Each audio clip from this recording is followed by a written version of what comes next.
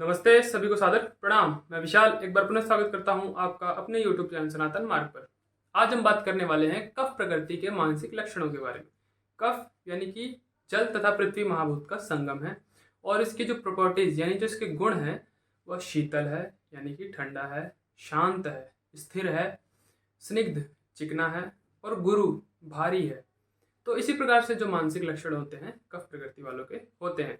तो आज का वीडियो हम शुरू करते हैं।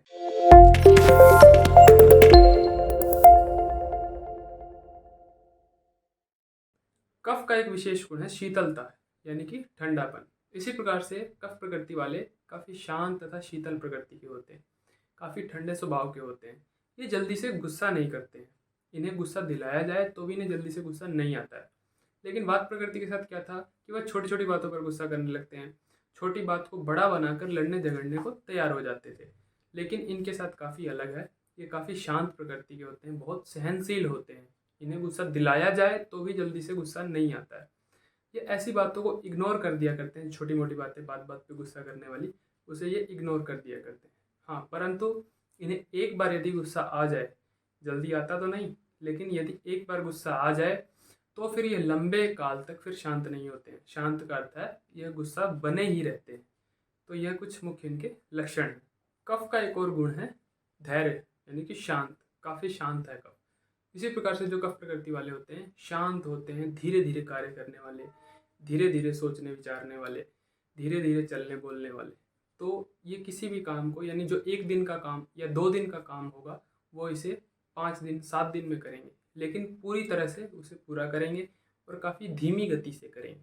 इसी प्रकार से इनकी याददाश्त भी होती है, यानी कोई चीज़ इनको जल्दी से तो याद नहीं होगी, धीरे धीरे धीरे धीरे उसे ये सीखेंगे, धीरे धीरे इनके दिमाग में वो बैठेगी। लेकिन हाँ, एक बार इनके दिमाग में बैठ गई, एक बार बात वो इनके दिमाग में ग्रहण हो गई तो फिर जीवन पर्यंत इन्हें वो नहीं भूलते हैं। तो इस प्रकार से कुछ इनकी याददाश्त होती है।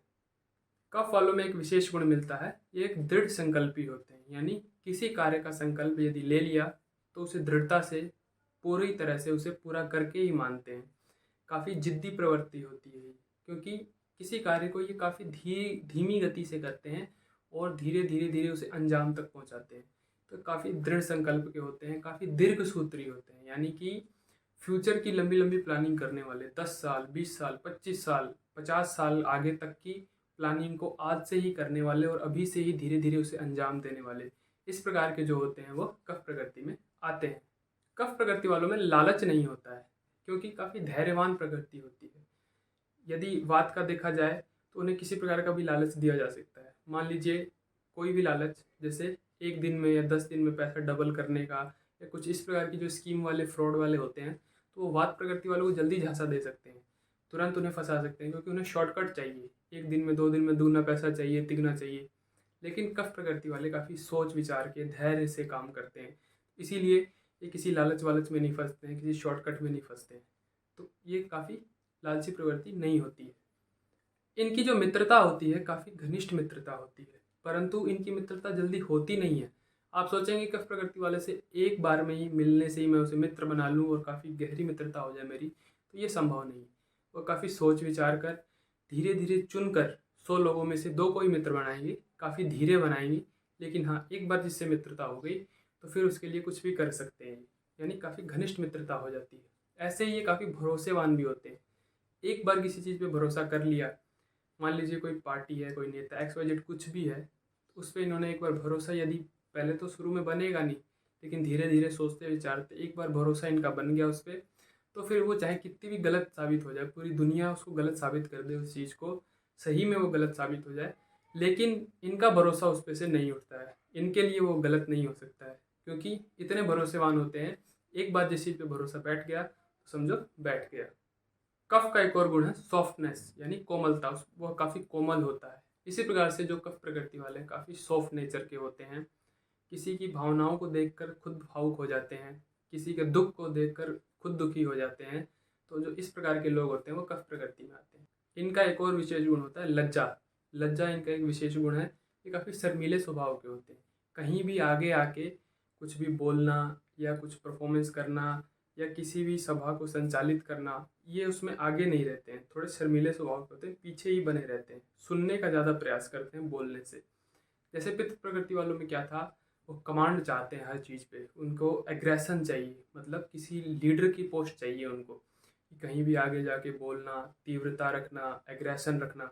लेकिन इनके साथ क्या होता है, थोड़ा शर्मीला स्वभाव होता है, जल्दी से किसी से खुल के पहली मुलाकात में, दूसरी मुलाकात में ये बात भी नहीं करते हैं, धीरे धीरे उनके साथ खुलना शुरू होते हैं, क्योंकि काफ़ी लज्जावान प्रकृति होती है। और इनके अंदर काफ़ी दया भी होती है, किसी भी व्यक्ति की, किसी भी दुखी आदमी की या किसी भी संकटग्रस्त व्यक्ति की मदद करने को ये काफ़ी आगे रहते हैं, उस पर ये दया दिखाते हैं। और ऐसे ये दानवीर भी होते हैं, किसी मददगार की दान दे के उसे मदद करना, सोच समझ के ये दान देते हैं, मतलब किसी ऐसे को नहीं देते हैं कि वो कुछ इसका गलत इस्तेमाल करे। लेकिन पित्त प्रकृति के साथ क्या है, वो एक बार भावुक हो गए तो भाई वो कुछ भी इस्तेमाल करे दान दी हुई चीज़ का, वो उसे दान देंगे ही देंगे, क्योंकि वो काफ़ी ज़्यादा ही भावुक होते हैं। लेकिन इनके साथ क्या है, ये भावुक तो होते हैं लेकिन सोच समझ कर दान देंगे कि अगला किसी गलत चीज़ में मेरे इस दान को ना प्रयोग करे, अच्छी चीज़ों में ही प्रयोग करे, तो वहाँ पे ये थोड़ा जजमेंट करते हैं। तो इस प्रकार के ये होते हैं।